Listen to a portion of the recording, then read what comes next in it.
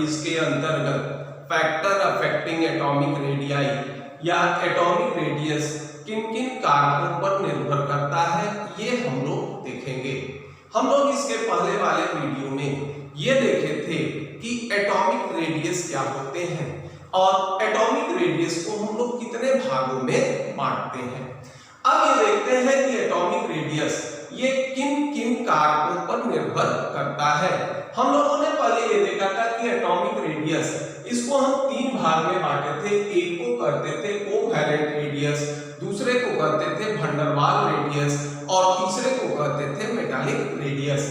Covalent radius में ये कहे थे कि यदि कोई identical atom single covalent bond से जुड़े हों और इनके जो बॉन्ड लेंथ होते हैं इनके आधे दूरी को हम एटॉमिक रेडियस कहते हैं। और भी स्थिति में अगर मान लो हेटेरो एटम है तो इनके एटॉमिक रेडियस या कोवैलेंट रेडियस को हम लोग किस तरह ज्ञात करते हैं, ये हम लोग देखे थे। अब ये है कि इनके कौन कौन से कारक या किन कारकों पर एटॉमिक रेडियस इफेक्ट करते हैं या प्रभावित करते हैं। तो सबसे पहला होगा जिसको नाम देते हो effective nuclear charge. Effective nuclear charge, तो सबसे पहले देखते हैं कि ये इफेक्टिव न्यूक्लियर चार्ज क्या होता है और ये किस तरह से एटॉमिक रेडियस को इफेक्ट करते हैं। जैसे मान लो ये हमारा न्यूक्लियस हुआ और ये मान लीजिए हमारा इलेक्ट्रॉन क्लाउड हो गया, तो हम ये करते थे कि इलेक्ट्रॉन क्लाउड और न्यूक्लियस के बीच जो सेंटर होता था इसको हम लोग नाम दिए थे क्या, इसी को नाम देते हैं हम लोग एटॉमिक रेडियस कहते हैं। इसको नाम देते थे, याद करो, ये कहलाता है एटॉमिक रेडियस कहलाता है। अब मान लीजिए किसी भी कारण से अगर अट्रैक्शन का फोर्स बढ़ जाए, चाहे कारण कोई हो, तो जब अट्रैक्शन का फोर्स बढ़ जाएगा तो इलेक्ट्रॉन क्लाउड ये न्यूक्लियस की तरफ शिफ्ट कर जाएंगे और उस स्थिति में अब एटॉमिक रेडियस यहां से लेकर यहां की दूरी को हम लोग नाम देंगे क्या, एटॉमिक रेडियस कहेंगे। अब मान लीजिए किसी भी कारण से अट्रैक्शन का फोर्स घट गया तो ये जो इलेक्ट्रॉन क्लाउड है ये न्यूक्लियस से दूर चले जाएंगे और उस स्थिति में यहां से यहां के बीच की दूरी जो होगी ये क्या कहलाएगी, ये कहलाएगा हमारा एटॉमिक रेडियस। और एटॉमिक रेडियस क्या होगा, बढ़ जाएगा। अब ये है कि अट्रैक्शन का फोर्स बढ़ता या घटता किस तरह से है। हम लोग ये जानते हैं कि न्यूक्लियस इसमें सारा का सारा पॉजिटिव चार्ज स्थित होता है और इलेक्ट्रॉन या ये कहो कि इलेक्ट्रॉन के क्लाउड जो होंगे ये निगेटिवली चार्ज होंगे और इन दोनों के बीच आकर्षण का बल या अट्रैक्शन का फोर्स वर्क करेगा। अब ये इलेक्ट्रॉन क्लाउड जो होते हैं, जैसे मान low electron cloud first orbit का यहाँ होगा, फिर इसके बाद कुछ मोडल प्लेन होगा या इलेक्ट्रॉन क्लाउड की डेंसिटी कम होगी, फिर इसके बाद बढ़ेगा और इस तरह से इलेक्ट्रॉन क्लाउड जो होंगे ये थोड़ी थोड़ी दूरी पर ये क्या होते हैं, ये बढ़ते जाते हैं। अब ये है कि किसी भी एटम में जितना प्रोटॉन होता है या जितना न्यूक्लियर चार्ज होंगे उतने ही इलेक्ट्रॉन होंगे, लेकिन जो इलेक्ट्रॉन न्यूक्लियस के नजदीक होता है ये प्रोटॉन को या न्यूक्लियर चार्ज को अधिक बैलेंस करता है और जो इलेक्ट्रॉन न्यूक्लियस से दूर होगा वो न्यूक्लियर चार्ज को क्या करेगा, कम बैलेंस कर देगा। नतीजा ये होता है कि केंद्रक पर कुछ न्यूक्लियर चार्ज शेष बच जाते हैं और इसी को हम लोग नाम देते हैं क्या, इफेक्टिव न्यूक्लियर चार्ज करते हैं। और यही effective nuclear charge outer shells के इलेक्ट्रॉन या इलेक्ट्रॉन क्लाउड पर आकर्षण का बल कार्य करते हैं। तो अगर इफेक्टिव न्यूक्लियर चार्ज अधिक होगा तो बट नेचुरल है कि एटॉमिक रेडियस क्या होंगे, कम होंगे और इफेक्टिव न्यूक्लियर चार्ज कम होगा, एटॉमिक रेडियस का मान अधिक होगा। तो सीधा ये कह सकते हो, ये रिलेशन हमारा आ जाएगा कि एटॉमिक रेडियस ये इनवर्सली प्रोपोर्शनल हो जाएगा जेड स्टार या जेड इफेक्टिव, और जेड इफेक्टिव इसी के कारण अट्रैक्शन का फोर्स वर्क करता है। अब देखिए जेड इफेक्टिव क्या होता है। जेड इफेक्टिव ये हो गया इफेक्टिव न्यूक्लियर चार्ज, ये होता है जेड माइनस एस। ये जेड होता है क्या, ये हो जाएगा आपको टोटल पॉजिटिव चार्ज, या फिर ये हो जाएगा, ये भी कर सकते हो इसको क्या, नंबर ऑफ प्रोटॉन। और एस जो होंगे इसको नाम देते हैं, या ये कहलाता है तुम्हारा स्लैटर कांस्टेंट कहलाता है। इसका वैल्यू क्या होगा, इसके वैल्यू डिपेंड्स अपॉन इलेक्ट्रॉन, ये इलेक्ट्रॉन पर निर्भर करते हैं। जैसे जैसे इलेक्ट्रॉन की दूरी न्यूक्लियस से बढ़ेगी s का मान क्या होगा, कम होगा। ठीक, जब s का मान कम होगा यानी जो s के वैल्यू होते हैं ये क्या होंगे, ये न्यूक्लियर चार्ज को बैलेंस करेंगे। जैसे मान लो सपोज करो s का वैल्यू मान लो 0.30 है, इसका मतलब ये है कि जिस इलेक्ट्रॉन के लिए s का मान 0.30 है, इसका मतलब ये प्रोटॉन के, एक प्रोटॉन के 30% पॉजिटिव चार्ज को क्या करेगा, बैलेंस कर देगा। से 70% पॉजिटिव चार्ज जो होंगे ये क्या होंगे, ये शेष बच जाएंगे। और इस तरह से जब जेड इफेक्टिव, यही होता है हमारा इफेक्टिव न्यूक्लियर चार्ज, इसका मान बढ़ेगा, अट्रैक्शन फोर्स का मान बढ़ेगा, और एटॉमिक रेडियस क्या होंगे, ये कम होंगे। अगर इफेक्टिव न्यूक्लियर चार्ज का मान कम होगा, एटॉमिक रेडियस क्या होंगे, ये और बढ़ेंगे, और इस तरह से इन दोनों के बीच क्या होता है, ये उल्टा रिलेशन होता है। अब देखते हैं इसका यूज कहां करते हैं। तो इसका एग्जाम्पल हम लोग लेते हैं, ये होता है देखो वेरिएशन ऑफ एटॉमिक रेडियस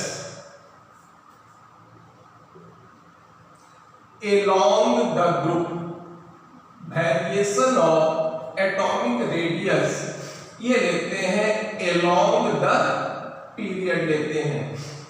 यहां एक चीज ध्यान दीजिएगा, हम लोग नॉर्मल कंडीशन में जो पीरियोडिक प्रॉपर्टीज का वेरिएशन देखते हैं, ये पीरियोडिक प्रॉपर्टीज का वेरिएशन सिर्फ s ब्लॉक और p ब्लॉक एलिमेंट में देखते हैं। हम लोग b ब्लॉक एलिमेंट में इसका वेरिएशन नहीं देखते। कारण ये होगा कि s और p ब्लॉक एलिमेंट में वैलेंस इलेक्ट्रॉन या प्रॉपर्टीज ऑफ एलिमेंट ये डिपेंड करते हैं किस पर, ये वैलेंस इलेक्ट्रॉन की संख्या या अल्टीमेट इलेक्ट्रॉन की संख्या पर निर्भर करते हैं। लेकिन जब इसी को हम लोग डी ब्लॉक एलिमेंट में काउंट करते हैं, तो डी ब्लॉक एलिमेंट में वैलेंस इलेक्ट्रॉन अल्टीमेट सेल और पेनाल्टीमेट सेल दोनों के संख्या के बराबर होता है। तो डी ब्लॉक एलिमेंट में अगर पीरियोडिक प्रॉपर्टीज का वेरिएशन देखना है, तो इसमें पेनाल्टीमेट सेल के कंट्रीब्यूशन को हम ऐड करेंगे, और तब जाकर इनका वेरिएशन हम डी ब्लॉक एलिमेंट में देखेंगे। नॉर्मल कंडीशन में हम s और p ब्लॉक एलिमेंट में पीरियोडिक प्रॉपर्टीज के वेरिएशन को देखते हैं।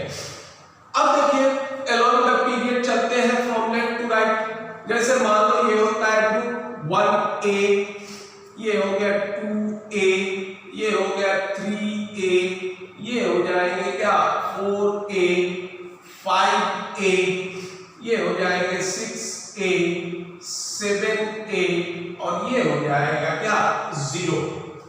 अब यहां पर ये ले लेते हैं, ये हो गया lithium atomic number 3, beryllium 4, boron 5, carbon 6, nitrogen 7, oxygen 8, fluorine 9 और नियोन 10।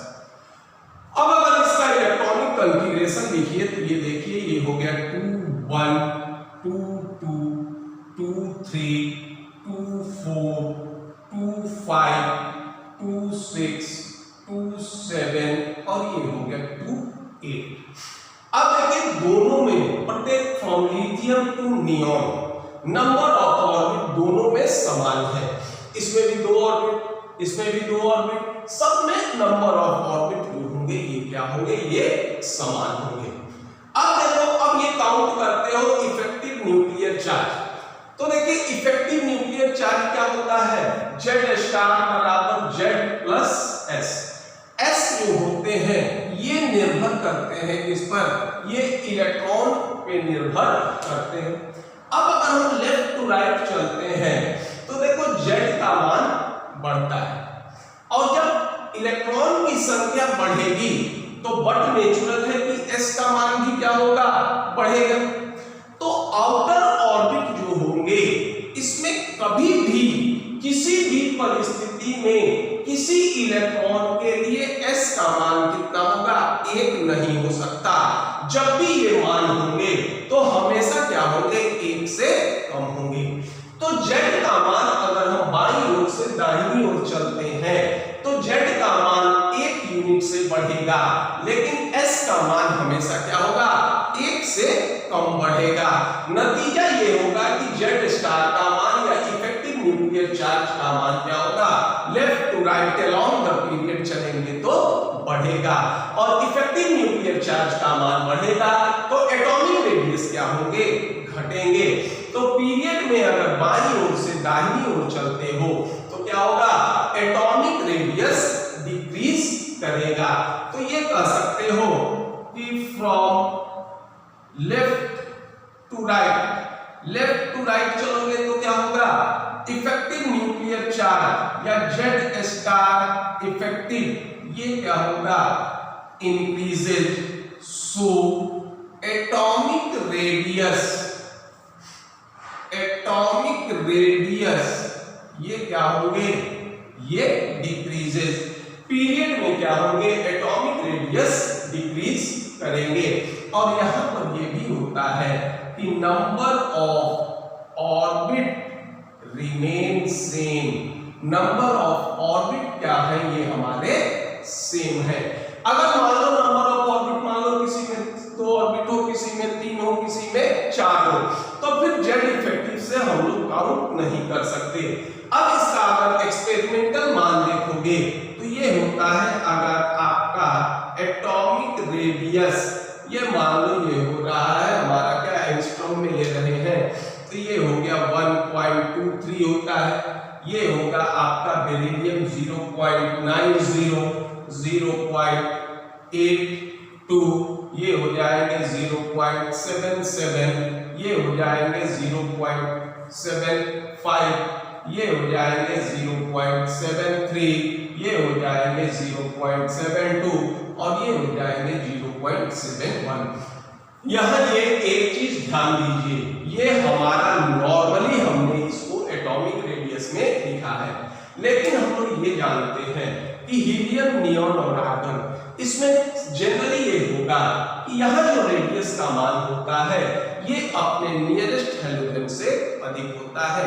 इसका कारण ये है कि हीलियम, नियॉन और आर्गन जो होंगे ये ना तो सेम से और ना ही अपने अन्य एलिमेंट से कोई रिएक्शन करते हैं, तो उस स्थिति में एटॉमिक रेडियस इनका यूज नहीं होता या कोवेलेंट रेडियस इनका यूज नहीं होता। इनका क्या यूज होता है, van der Waals radius use होता है। और ये जानते हैं कि van der Waals radius covalent radius से हमेशा बड़ा होता है। तो अगर हम लोग एक्चुअल वैल्यू देखें तो इसका मान इनसे अधिक होगा, और ये सीक्वेंस होता है along the period in periodic table variation of atomic radius। अगर हम बाईं ओर से दाहिनी ओर चलते हैं तो एटॉमिक रेडियस क्या होंगे, ये डिक्रीज करेंगे। फिर इसको एक बार देख लेते हैं, कारण क्या होगा, नंबर ऑफ ऑर्बिट क्या होंगे, सेम। अब देखिए इफेक्टिव न्यूक्लियर चार्ज क्या होता है, Z minus S। Left to right चलते हैं तो Z का मान क्या होगा, 1 यूनिट से बढ़ेगा, लेकिन S का मान कभी भी जो होगा ये 1 नहीं होता। आउटर ऑर्बिट या वैलेंस ऑर्बिट के इलेक्ट्रॉन के लिए, इनर ऑर्बिट के इलेक्ट्रॉन के लिए S का मान क्या होगा, 1 हो सकता है, लेकिन आउटर ऑर्बिट के लिए S का मान 1 नहीं होगा। तो Z का मान 1 यूनिट से बढ़ेगा, S का मान भी बढ़ेगा, लेकिन ये क्या होंगे, 1 से कम होंगे। नतीजा ये होगा कि इफेक्टिव न्यूक्लियर चार्ज का मान बढ़ेगा और जिसके कारण अट्रैक्शन फोर्स बढ़ेंगे और एटॉमिक रेडियस डिक्रीज करेगा। तो atomic radius along the period from left to right चलते हैं तो ये डिक्रीज करता है। अब पहले इसको नोट डाउन कर लीजिए, फिर देखते हैं कि और कौन से कारक हैं जो एटॉमिक रेडियस को प्रभावित करते हैं। नोट डाउन कर लीजिए पहले। दूसरा फैक्टर होगा नंबर ऑफ ऑर्बिट। तो ये सीधा है कि जैसे जैसे नंबर ऑफ ऑर्बिट बढ़ेंगे, नेचुरल है कि डिस्टेंस फ्रॉम न्यूक्लियस बढ़ेगा और एटॉमिक रेडियस क्या होंगे, इंक्रीज करेंगे। दूसरा होता है जिसको नाम देते हो, ये फैक्टर होगा नंबर ऑफ ऑर्बिट। तो सीधा यहां ये है कि नंबर ऑफ ऑर्बिट इंक्रीजेस, क्या होता है, distance from nucleus,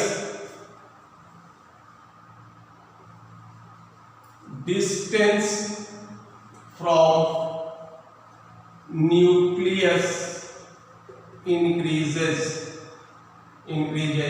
hence atomic radius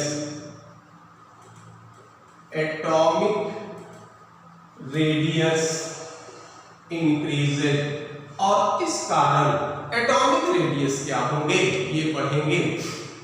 हमने याद करो एटॉमिक रेडियस का एटॉमिक स्ट्रक्चर पढ़े थे, तो ये देखे थे कि फर्स्ट ऑर्बिट से 4 गुना दूरी किसका होता है, सेकेंड ऑर्बिट का 9 गुना दूरी किसका होता है, ये थर्ड ऑर्बिट का 16 गुना दूरी का होगा फोर्थ ऑर्बिट का, और 25 टाइम डिस्टेंस किसका होगा, फिफ्थ ऑर्बिट का।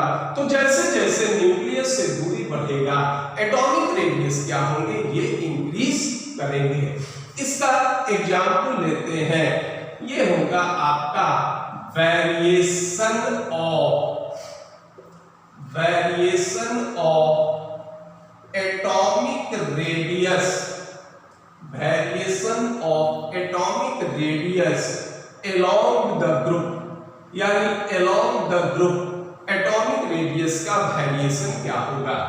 अब देखो जैसे मान लो हम एक एग्जाम्पल ले लेते हैं ग्रुप 1A का। सबसे पहले हो गया हाइड्रोजन, इसका एटॉमिक नंबर होता है 1, कॉन्फ़िगरेशन हो जाएगा 1। इसके नीचे हो गया लिथियम, ये हो गया 2 1।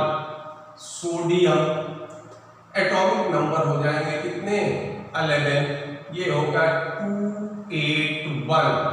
पोटेशियम 19, 2 8 8 1, ये हो जाएगा रूबीजियम 37, ये होगा 2 8 18 8 1, और ये हो जाएगा सीजियम, ये होगा 55, ये होगा 2 8 18 18 8 1। ये होता है इनका ऑर्बिट वाइज कॉन्फ़िगरेशन। अब देखिए इसमें नंबर ऑफ ऑर्बिट कितना हो गया, 1। इसमें नंबर ऑफ ऑर्बिट हो गया क्या, 2। इसमें नंबर ऑफ ऑर्बिट हो गया क्या, 3। इसमें देखो नंबर ऑफ ऑर्बिट हो गए कितने, 4। इसमें देखिए नंबर ऑफ ऑर्बिट हो गया क्या, 5। और इसमें देखिए नंबर ऑफ ऑर्बिट हो गया 6। तो सीधा कह सकते हैं कि as we move down the group from top to bottom, यानी ग्रुप में अगर टॉप टू बॉटम बढ़ते हैं तो एक एक्स्ट्रा ऑर्बिट क्या हो जाता है, जुड़ता है, और जिसके कारण एटॉमिक रेडियस का मान क्या होगा, ये इंक्रीज करेगा। तो ये कह सकते हैं कि on moving down the group extra orbit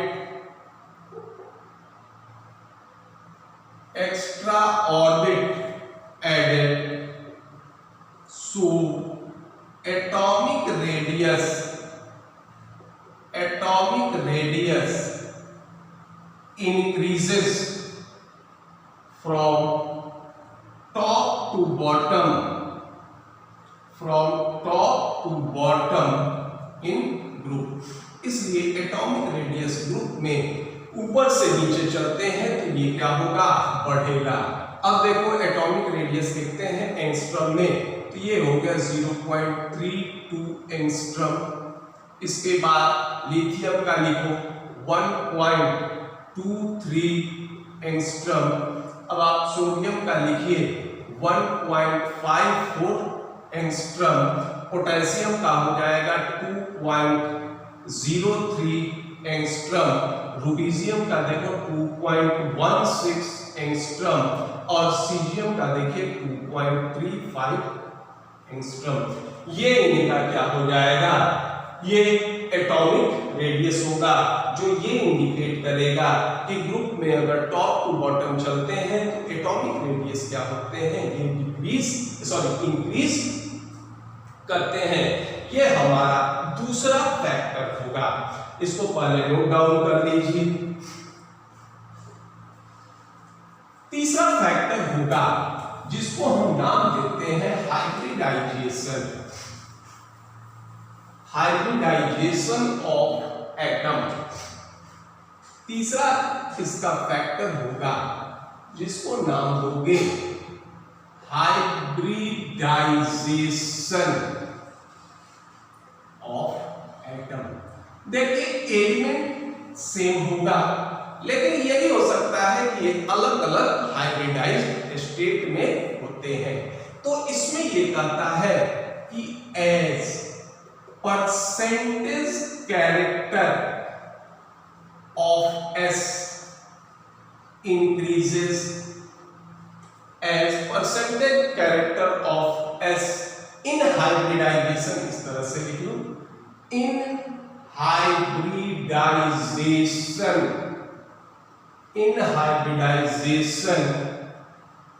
increases, atomic radius decreases,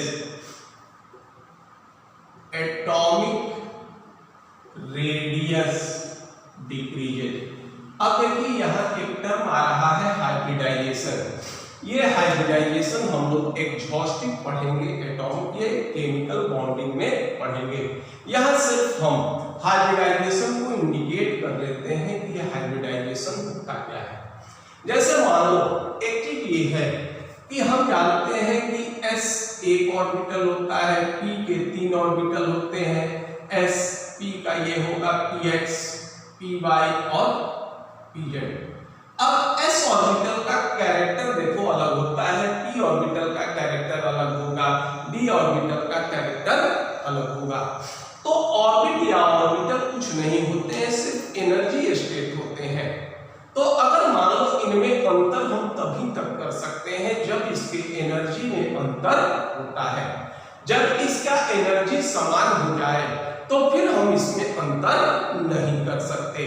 अब मान लो एक s ऑर्बिटल और एक p ऑर्बिटल, इसकी एनर्जी समान होगी, तो जब इसकी एनर्जी समान होगी तो इसके गुण हम क्या होंगे, समान हो जाएंगे।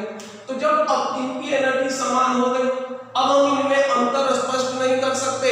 तो जब अंतर स्पष्ट नहीं करते तो s और p ऑर्बिटल एक दूसरे में क्या हो जाएंगे, ये मिक्स कर जाएंगे। अब इसमें ना तो ये 100% s होगा और ना ही ये 100% p होगा। इसमें कुछ s के भी परसेंटेज होंगे और कुछ p के भी परसेंटेज होंगे। चूंकि ये 1:1 में मिले हैं तो अब इसी को हम नाम देंगे क्या, sp, और इसको भी नाम देंगे क्या, sp। अब ना तो इसको s कहोगे और ना ही इसको p कहोगे। दूसरा स्थिति ये हो सकता है कि मान लो एक s और 2 p मिले, तो अब ये मिलेंगे 1:2 में, तो इनके कैरेक्टर भी हो जाएंगे। अब ये देखो ये कहलाएगा sp2 कहलाएगा, ये भी sp2 कहलाएगा और ये भी sp2 कहलाएगा। अब तीसरा ये होता है कि अगर मान लो एक s और 3 p मिल गए तो ये 1:3 में मिले, तो ये भी अब क्या कहलाएंगे, sp3 कहलाएंगे, ये भी sp3 कहलाएंगे, ये भी sp3 कहलाएंगे और ये भी sp3 कहलाएंगे। और ये जिस अनुपात में मिलते हैं उसी अनुपात में इसका कैरेक्टर होता है। s में परसेंटेज कैरेक्टर ऑफ s कितना होगा, 50%। इसमें 1/2 ये होगा परसेंटेज ऑफ s, ये हो गया 33.33%। और इसमें क्या होगा, परसेंटेज ऑफ एस क्या होगा, ये 25%। यानी अगर एक ही एलिमेंट sp3 हाइब्रिडाइज्ड स्टेट में हो तो इसमें s का कैरेक्टर कितना होगा, 25%। sp2 में हो तो इसका क्या होगा, 33.3%। और sp हाइब्रिडाइज्ड स्टेट में हो तो इसमें s का कैरेक्टर कितना होगा, 50%।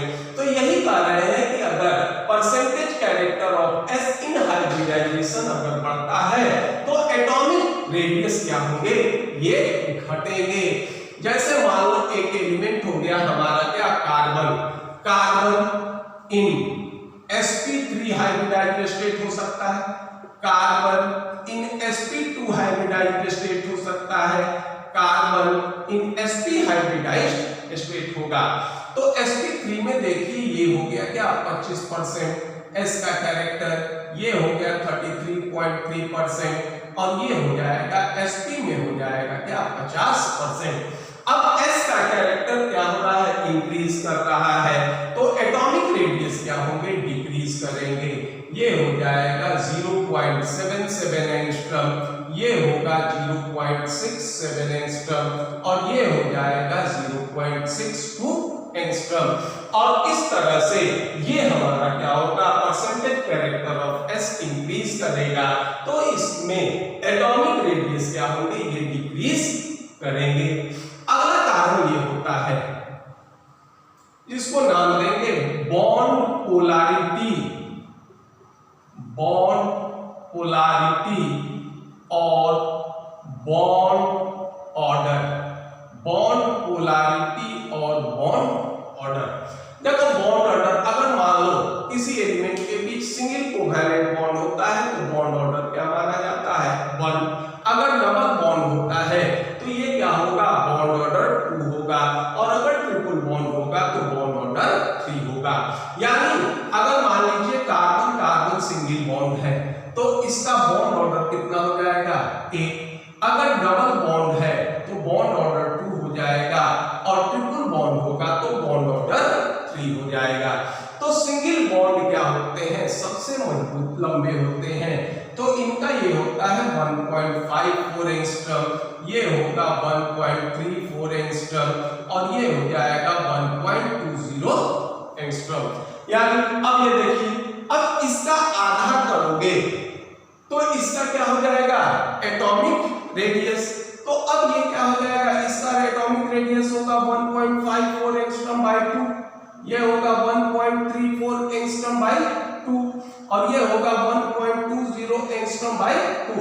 यानी अगर एलिमेंट सिंगल कोवैलेंट बॉन्ड से जुड़ा होता है तो उस स्थिति में इसका कोवैलेंट रेडियस का मान क्या होगा, ये सबसे बड़ा होगा, इसके बाद डबल बॉन्ड, इसके बाद ट्रिपल बॉन्ड। तो सीधा ये कह सकते हो कि जैसे जैसे बॉन्ड ऑर्डर बढ़ेगा एटॉमिक रेडियस क्या होंगे, डिक्रीज करेंगे। तो ये कह सकते हो कि as bond order increases atomic radius decreases। जैसे जैसे बॉन्ड ऑर्डर बढ़ेंगे एटॉमिक रेडियस का मान क्या होगा, ये घटेगा। तो बॉन्ड पोलैरिटी और बॉन्ड ऑर्डर भी एटॉमिक रेडियस को प्रभावित करेंगे। अब हम लोग ये देखते हैं कि किस तरह से पेनाल्टीमेट सेल का कंट्रीब्यूशन एटॉमिक रेडियस को इफेक्ट करता है, और इसको हम लोग क्या करेंगे, डी ब्लॉक एलिमेंट या ट्रांजिशन एलिमेंट के केस में देखेंगे। तो अब इसका अगला फैक्टर देखेंगे, तो पहले इसको नोट डाउन कर लीजिए।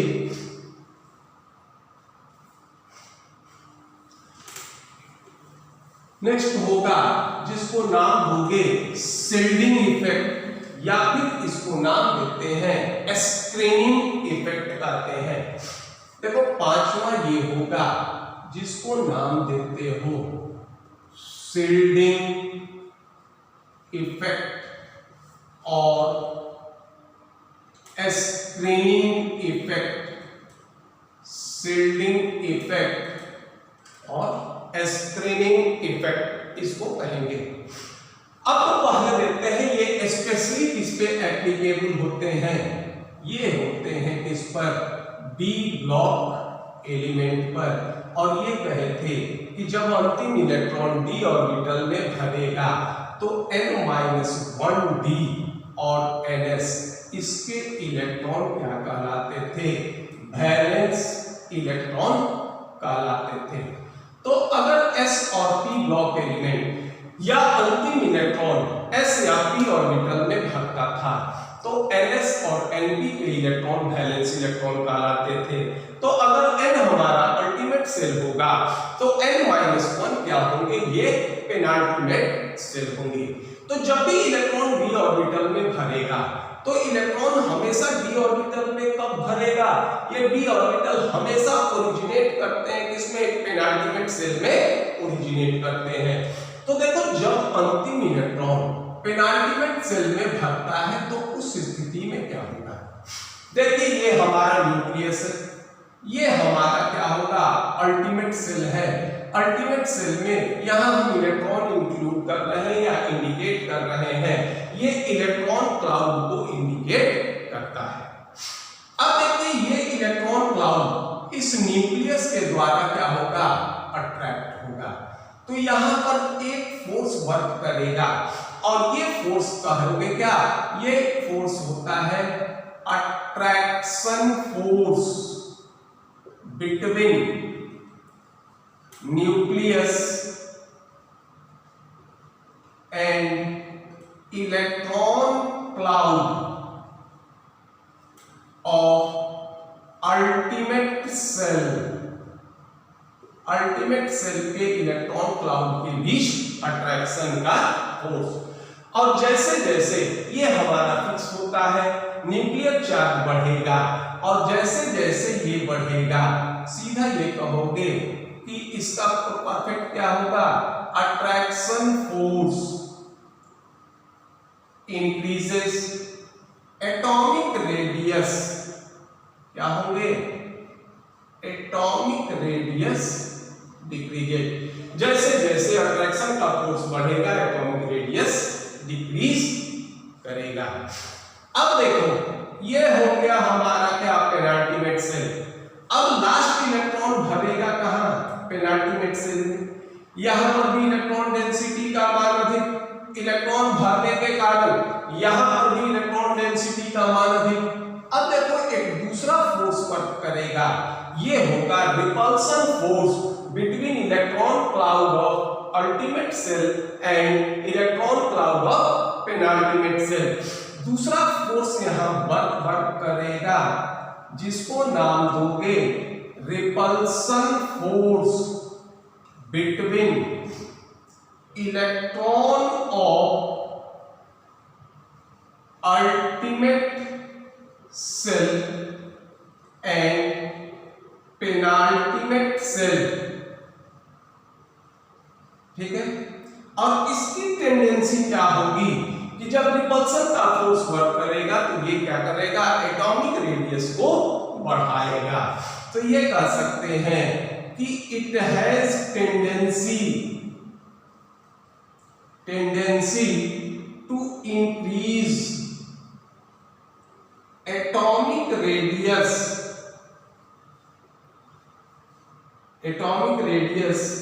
by increasing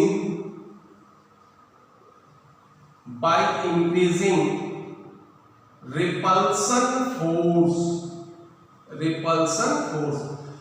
अब देखो दोनों फैक्टर एक दूसरे के अपोज में चला गया। अब एक अगर हम बाएं से दाहिनी ओर चलते तो बाएं से दाहिनी ओर चलोगे अट्रैक्शन का फोर्स बढ़ेगा, साइज हमारा क्या होगा? घटेगा। अगर मान लो पेनाल्टीमेट सेल में इलेक्ट्रॉन की संख्या बढ़ेगी तो रिपल्सन का फोर्स भी बढ़ेगा और ये क्या करेगा? ये एटॉमिक रेडियस को बढ़ाएगा। तो एक फोर्स एटॉमिक रेडियस को बढ़ाएगा और दूसरा क्या करेगा? एटॉमिक रेडियस को घटाएगा। और इसी के कंबाइंड इफेक्ट ये कह सकते हो कि combined effect of these two forces इसी को नाम देते हैं स्क्रीनिंग इफेक्ट और शील्डिंग इफेक्ट।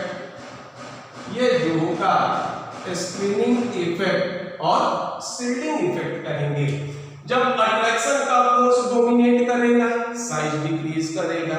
जब दोनों फोर्स एक दूसरे को क्या करेंगे, ये बैलेंस करेंगे, तो साइज क्या हो जाएगा, कांस्टेंट रहेगा। और जब रिपल्सन का फोर्स डोमिनेट करेगा तो साइज क्या हो जाएंगे, ये बढ़ेंगे। अब इसको हम लोग डी ब्लॉक एलिमेंट पर एप्लीकेबल करते हैं। ये होता है हमारा शील्डिंग इफेक्ट और स्क्रीनिंग इफेक्ट। अब पहले इसको नोट डाउन कर लीजिए, तब इसको एप्लीकेबल करते हैं। अब इसको एप्लीकेबल करेंगे किस पर, डी ब्लॉक एलिमेंट पर लागू करेंगे।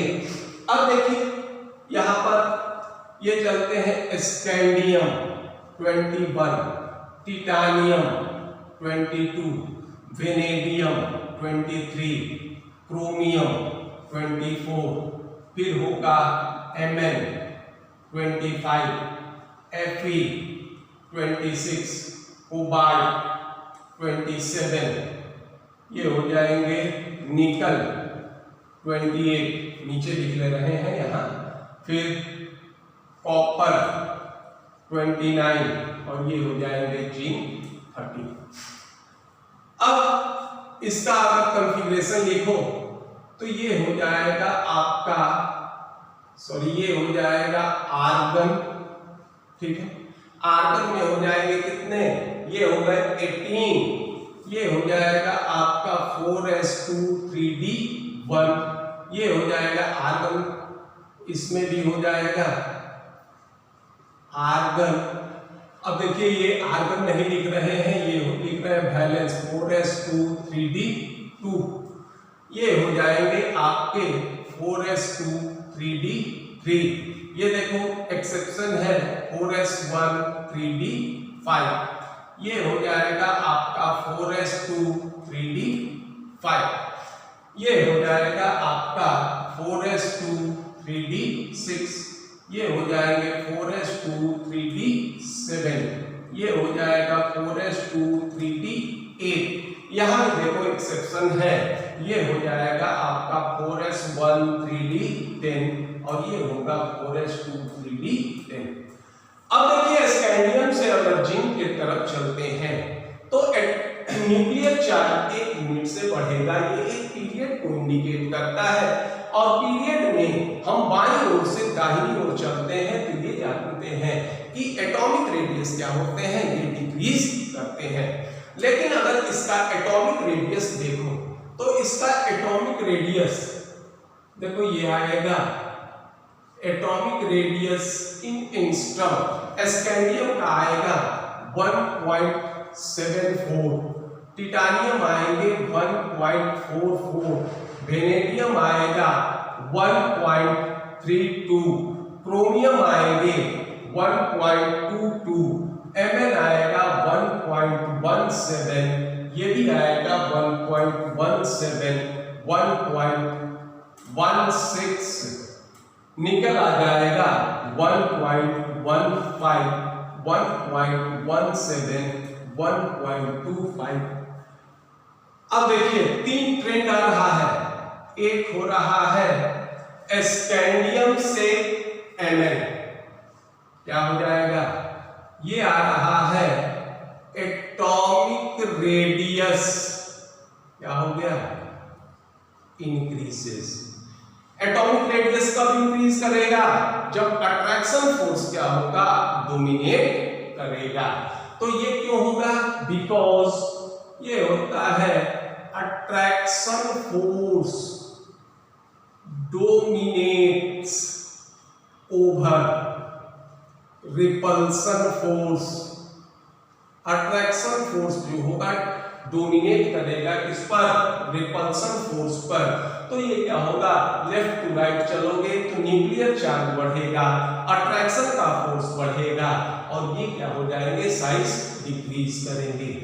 दूसरा देखिए आप Mn से कॉपर के तरफ चल रहे हैं तो ये क्या देख रहे हैं, atomic radius remain nearly constant. देखो ये आ रहा है atomic radius remains nearly constant समान होगा। अब यह क्या होगा, देखिए अट्रैक्शन फोर्स क्या करता है, साइज को कम करता है, रिपल्सन फोर्स क्या करता है, साइज को बढ़ाता है। तो अगर हम Mn से कॉपर के तरफ चढ़ते हैं तो न्यूक्लियर चार्ज बढ़ने के कारण जितना अट्रैक्शन का फोर्स बढ़ता है, पेनाल्टीमेट सेल में इलेक्ट्रॉन के ऐड होने के कारण उतना ही रिपल्सन का फोर्स भी बढ़ता है। तो अट्रैक्शन का फोर्स बैलेंस कर दिया जाता है किसके द्वारा, रिपल्सन के फोर्स के द्वारा। नतीजा ये होगा कि एटॉमिक रेडियस में कोई प्रभाव नहीं पड़ेगा। तो इसका कारण ये दे सकते हो कि attraction force between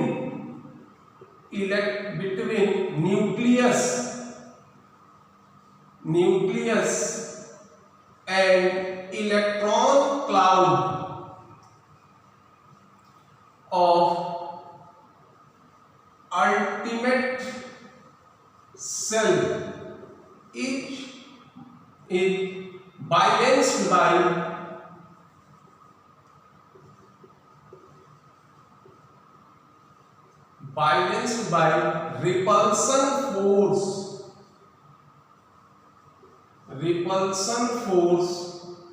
between electron cloud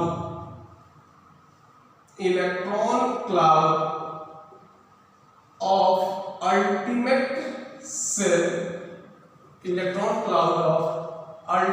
cell and electron cloud of penultimate cell, दोनों एक दूसरे को बैलेंस कर देते हैं। नतीजा ये होता है कि साइज हमारा सेम होगा। और तीसरा ये देखो, कॉपर से जिंक की तरफ चलते हैं तो ये होगा कि एटॉमिक रेडियस क्या होगा, इंक्रीजेस। और यहाँ रिपल्सन फोर्स क्या होते हैं, डोमिनेट कर जाएंगे किस पर, अट्रैक्शन फोर्स पर। और यहाँ ये हो जाएगा, सीधा ये लिख रहे हैं रिपल्सन फोर्स का मतलब क्या हो गया, यहाँ ये हो गया कि repulsion force between nucleus and electron cloud of penultimate shell. Repulsion force overcomes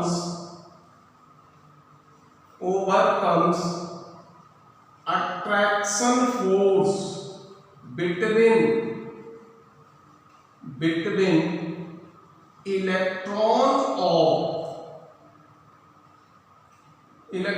cloud of ultimate cell